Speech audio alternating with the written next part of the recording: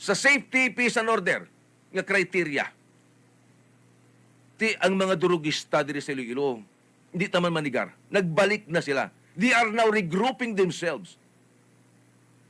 Sang nagligat to, may ginpatay, nagkasakay sa motorsiklo. Ang tiniro nila to, nagkasakay sa tricycle. Ti sinubala ang may supervision and control sa aton nga mga kapulisan. Kundi ba lang ang alkalde ta? Ti palpa kita di, sumablay kita diri. Sa isa ka kriteria, tourism, heritage, development, culture and arts, sablay man ta diri. Do ipokrito man diri si Dapuga King, kay wala man sang napakita nga pruweba tubtub subong nga ginapasugtan ang pagguba sa heritage structure sa Central Market. Dumduman nyo, ginfilean sa sang kaso. Sang isa man ka journalist. Mihura Sangbanwa. Sa youth development, sablay man ta diri. Ang dalayunan ta daw kadamo sang mga kababalaghan nga nagakalanabo. Do hindi ko rehab ang dalayunan. Do impyerno, may sex abuse, may physical abuse, may nagatuyo gani maghikog na bata kay hindi na makagwanta.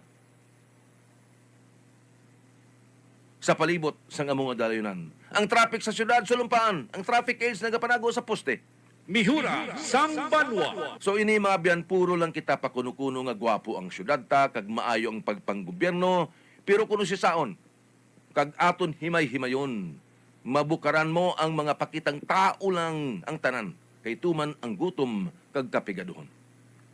Amo ina nga dapat ibalik ta ang gahom sa mga tao, kag indi ta pag-ihatag sa poderoso kag pugoso nga leader. Dapat inang matuod nga nakahangop mga biyan sa pagpanghakroy kag kapuraot sa ordinaryo nga mga pumuluyo. Mihura Sangbanwa. Dapat mga biyan i-exercise ang mga malain nga espiritu kag palayason sa City Hall. Islanta sa mga nawong nga wala sang dagta ang ila sini nga mga pangalan kag may mga panibag-o nga mga ideya. Inang wala sang mga hidden agenda kundi magbulig sa syudad kag sa mga pumuluyo pinaagi sa pagpaayo sa pagdihon sang ordinansa kag mga resolusyon. Magpanindugan kita. Itibong naton kag suportahan ta ang advokasya kag mga plataporma di gobyerno sang Team Sulong Gugma. Kay ini sila mga biyan ang nagdesider nga mag-angkon sang mga pananawan nga dapat naton isulong. Kasimple man lang kung hindi sila mangin epektibo, islanta naman sila. Tagaan ta sila sa sulod sang 3 ka tuig. Because ting iban sa aton nga mga konsyal, da overdue na.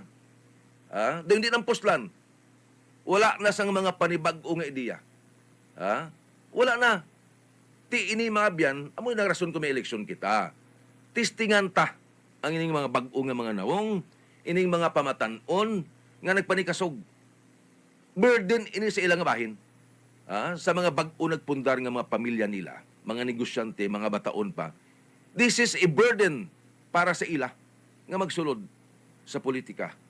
Ugaling mga biyan, bangod nagkapanawagan ang iban sa aton. Ilabi niya itong mga apektado gid. Nga sa diin mga biyan, wala na sang iban nga materials eh.